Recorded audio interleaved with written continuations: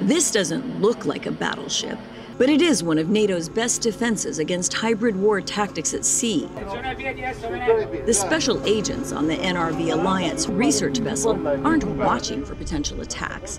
They're scientists from NATO's Center for Maritime Research and Experimentation, or CMRE, and they're listening for threats to critical undersea pipelines and cables. For the first time, we've been able to detect an anchor dropping on the sea bottom.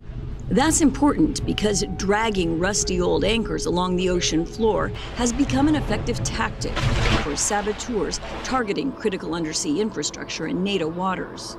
It's the core of asymmetrical warfare. It's extremely low-tech, even some embarrassingly low-tech, but can do a lot of damage. And so you have to think how to adapt to this kind of new threats.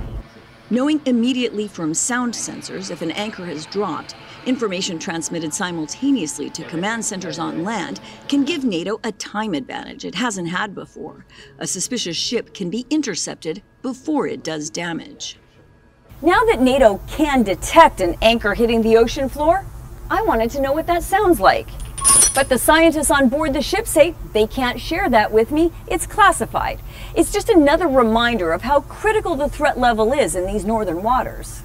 The team said any adversary who heard the anchor drop could also distinguish the research ship's signature sound and possibly track it.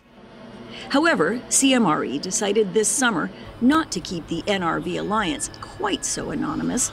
For the first time in the ship's 37 years, it has NATO painted on its side. It's an act of deterrence. Our very presence in the Baltic Sea is there to not only reassure our allies, but it's also to keep our adversaries at bay.